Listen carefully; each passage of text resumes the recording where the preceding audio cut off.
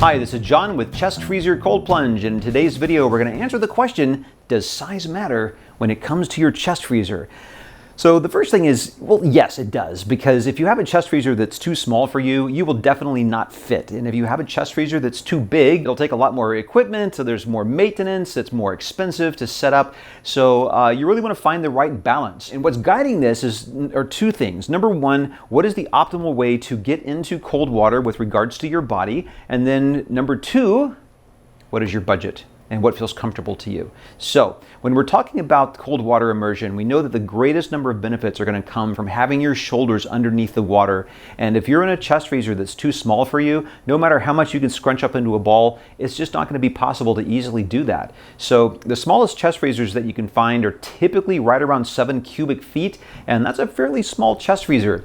Most people, unless you're a very petite or tiny person, you're not going to be able to fit into a chest freezer that's that size. So the bare minimum would be like a 10 or 12 cubic foot chest freezer, and that would be like even on the small side. So for kind of the baseline model that I would recommend is a 14.8, or let's just say 14 to 15 cubic foot chest freezer. And that's going to be about 400 liters for those of you outside of the US. On the larger size of chest freezers, you can find them in 19, 20, or up to 22, or maybe even 24 cubic feet. That's going to be closer to the 500 or 600 liter models. And for those people that are taller, much taller than about 6'3" or 6'5", that might be a better option for you, because you can stretch out your feet and it just might feel more comfortable. Now that said, we've got some pretty tall people that are using the 15 cubic foot chest freezers, and they are perfectly fine and comfortable in that. Again, it depends on your personal preference. So how do you find out the best size for you? The first way to go about finding what chest freezer is the best size for you is to go visit some stores that are selling chest freezers and actually climb inside. If you've got a salesperson in there, tell them that you're looking for a chest freezer that's large enough to fit a body inside. It's a good joke. And they might laugh, hopefully they will, or they might call the police, so be careful for that. Usually it's a good chuckle, but it's almost a classic joke now that's going around with the chest freezer cold plunge community. But have fun with it. Now, some of them won't mind if you climb in. Some stores are a little more particular about that, so be friendly, be respectful. Do take your shoes off before you get inside, so you won't be denting up the floor or scuffing it up. Now, once you get inside there, what you want to just do is, feel, is it good and comfortable for your body? Does it feel cozy in there? Does it feel too cozy? Does it feel too big? How do your feet feel? Are your feet able to press against the wall? Can you bend your knees in there? And also remember this.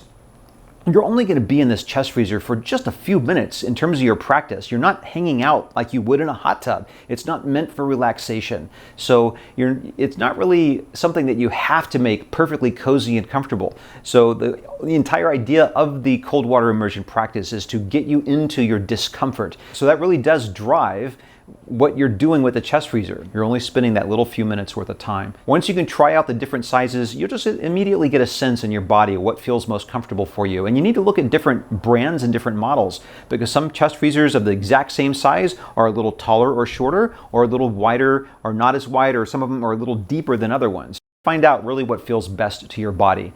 If you don't have a close by store where you can go sit into an actual chest freezer and try it out, here's what you can do. Go to the manufacturer's website and get the external measurements of the chest freezer. You would get the external width, left to right, the external depth, front to back, and then the height, top to bottom.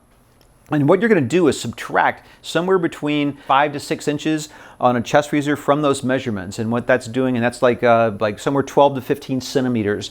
And what that's going to do is account for the width of the walls of the chest freezer, the floor, the thickness of the floor, and also the thickness of the lid. And when you subtract that distance, that will give you the interior dimensions, or at least the approximate interior dimensions.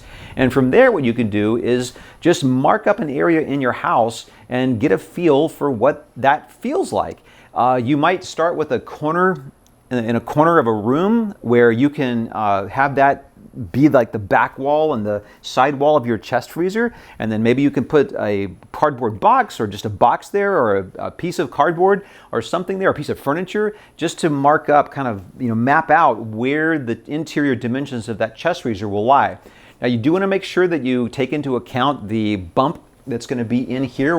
We call it a step. It's not really a step, but it's the part that's cut out where the compressor sits underneath in the chest freezer.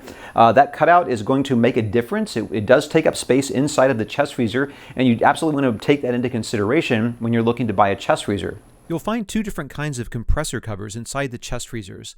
The first one is a little cutout that's in the corner. These would typically be in a Whirlpool or a Maytag.